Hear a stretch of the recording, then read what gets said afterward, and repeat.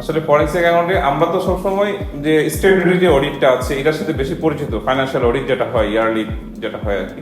ওটার মধ্যে কিন্তু একটা জিনিস আছে যে রেসপন্সিবিলিটিটা পাস করে দিই ম্যানেজমেন্টের উপরে, আর অডিটটা হয় কি একটা স্যাম্পলিং বেসিসে হয়। এত আসলে মূল যে একটা ফিলোসফি যে ফাইন্যান্সিয়াল কোনো ধরনের ক্রাইম হয়েছে কিনা, মালিক যে আমাদের ম্যানেজমেন্টের উপরে ট্রাস্ট করতেছে, আমরা কি ট্রাস্টটা মেনটেন করতেছি কিনা, এই যে রিয়েল পিকচারটা কিন্তু উঠে আসে না।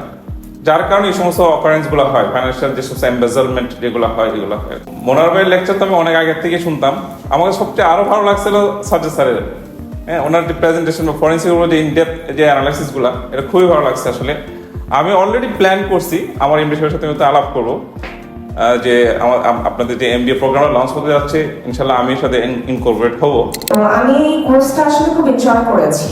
আমি আগে থেকে মানে ইনিশিয়ালি যখন আমি অ্যাডভার্টাইজমেন্টটা দেখি, আমি আমার ব্যাংকে আমার কালিগসদের সাথেও শেয়ার করি যে আপনারা সবাই জয়েন করেন, বিকজ এখানে আসলে শেখার অনেক কিছু আছে।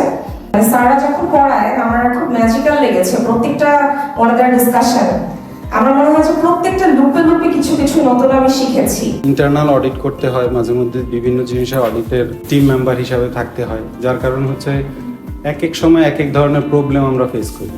তো প্রবলেম ফেস করতে গিয়ে এই জিনিসগুলো আমাদেরকে অনেকভাবে হেল্প করবে।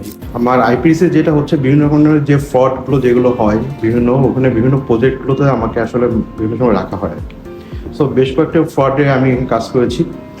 সো ওখানে কাজ করতে গিয়ে বেশ কিছু চ্যালেঞ্জের মুখোমুখি হয়েছিলাম, যেটা আমার এই কোর্সটা করাতে আসলে বেশ কিছু আমার ইনসাইট আমি পেয়েছি, যেটা আমি বেশ ভালো আমার জন্য লার্নিং হয়েছে। আমি আশা করছি যে এইটা আমার কাজে লাগে ইন ফিউচারে আরও আমি যাতে এটা করতে পারি।